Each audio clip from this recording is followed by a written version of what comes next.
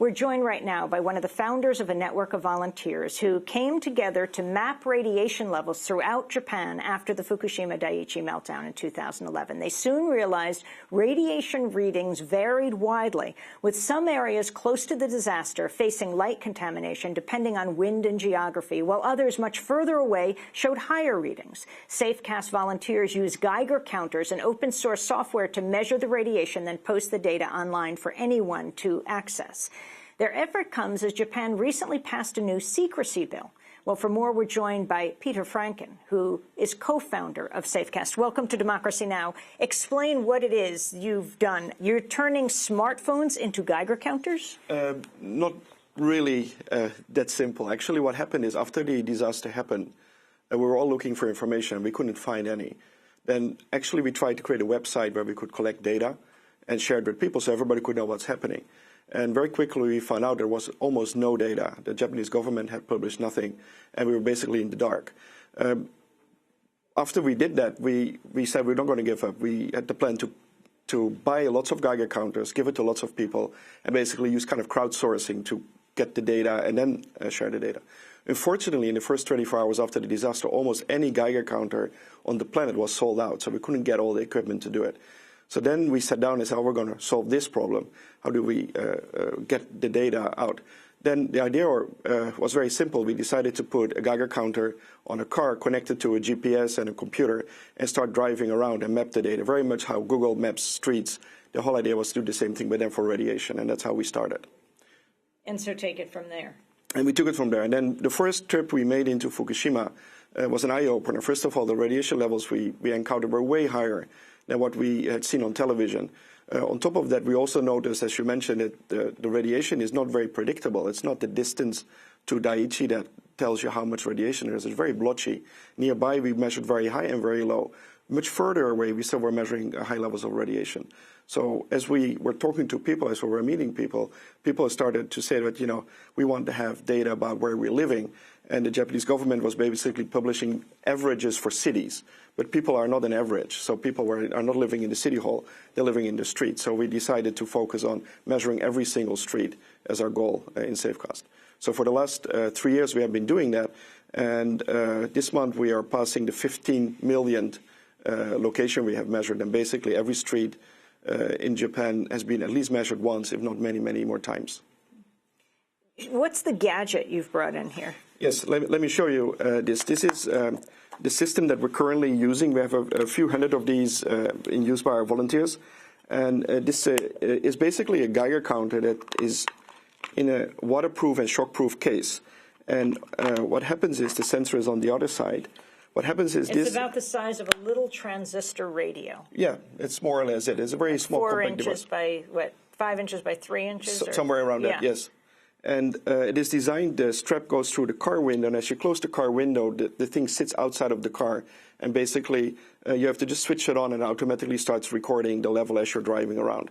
And we designed this with lots of volunteers over the last 3 years, and we went through lots of iterations, and we now are able to give this to volunteers at a much lower cost. But more importantly, it is very easy to use. You don't have to be a scientist to be able to collect this data. How does the data go from the box to your company, Safecast? First of all, we're not a company. We're a volunteer organization, so let me be clear about that. How the data actually gets moved is very simple. It's like a camera. It has an SD card. After you have done a drive for a couple of hours, you take the SD card out, you go to our website, you upload the file, and then you can see a map of your radiation that you have measured. And then we merge that with our database, and then people can basically use an application that we, for example, on a smartphone, people can access.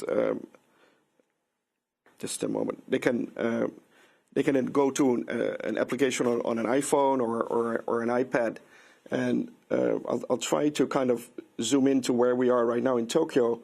And as we're zooming in, I think you can see. You're making me very nervous. You can see every single street, and you can see all the measurements we have done around that. And what are the measurements, for example? I mean, Tokyo is how many miles away from Fukushima?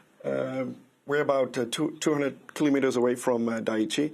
As you can see on the map here, We're here in Tokyo, and this is where Fukushima is. You can see there is a big difference in color. North coast. Yes. It's around, what, 150 miles yes. Up the coast. Yes. And how toxic or radioactive is it here?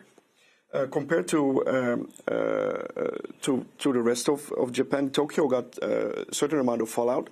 Relatively speaking, I think the levels, what they are today, are maybe 50% higher than what they were before the disaster.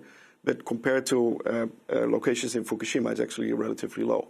So in terms of exposure to radioactivity, this is nothing compared to what is happening in Fukushima Prefecture and areas around there. And you're taking this beyond the borders of Japan. Yes. Safecast started as a global organization. We got lots of help from outside of Japan. We would not be able to do it without all the volunteers. And we got lots of people outside of Japan had the same worry, and they started to worry about it as well. And they're using the same equipment now to measure their own environments. We have people measuring, lots of people measuring in the US. We have people measuring in Europe. We have some volunteers now in Africa. We have just covered all the 7 continents in terms of having the first measurements in, and that is spreading very quickly right now. And how has the map in Japan changed? We're almost at the 3-year mark, the 3rd yes. anniversary of Fukushima. Yes. If we look at radiation levels, specifically in Fukushima area, we see that the radiation levels have dropped by about 40 to 50%, depending on where and how you measure. And that is largely contributable to the half-life of some of the nuclides. And it is also contributable to the fact that the weather and the environment has specific ways of dealing with the material, and that has changed very slowly over time. You're also measuring air quality. Yes, we have started to project to measure air quality. Radiation. Yes, we got lots of interest in the radiation project, but lots of people came to us and said, please, can you do something about air quality? And initially we were too busy solving the problem of how do we measure radiation on a large scale, and we now have started to a project to do that. On the issue of the state secrets law, how does it affect you? We believe that it should not affect us. We are actually collecting facts and data about our environment, and we strongly feel that that data should be public and open accessible. And you're saying you believe it shouldn't? It should, yes. Are you concerned that it will? I'm personally not concerned about that because I believe that that should not be an issue. However, how that will be reacted upon is something that we have to go and see. We don't know yet at this point. Shouldn't the government be collecting this data and sharing it with the citizens of this country? Absolutely. In the beginning of the disaster, the data that was made available by the government was almost nothing. I think through projects like Safecast, there has been lots of pressure to do more. Japanese government has been publishing more, TEPCO has been publishing more, and doubtfully because there has been external pressure. However, the problem we have with some of the data collection is it is very selective. And the other problem is lots of the data is available, but it is not open. So it is copyright protected. You can't download it and do something with it. It is restricted. The Japanese government says don't trust the information you have, that it's very important to rely only on government readings. We strongly believe that in order to have credibility, you need to check your data. And we in Safecast, our goal is to independently measure as citizens if the data is correct or not. And the response of the corporation TEPCO, the Tokyo Electric Power Company that owns the nuclear power plants, to what you're doing? We have never been contacted by TEPCO, so I can't really give a good answer to that question. Well, I want to thank you very much for being with us. If people want to find out more information about this Safecast Geiger counter. Yes, we have a website, safecast.org. If you go to our website, you can find more information about what we're doing and also how you can build this device yourself and how you can participate in the Safecast project. And the global mapping of radiation. Yes, anybody, anywhere can participate. It's really easy. Peter Franken, thanks so much for being with us, co-founder of Safecast. And that does it for our 3 broadcasts from Tokyo, Japan.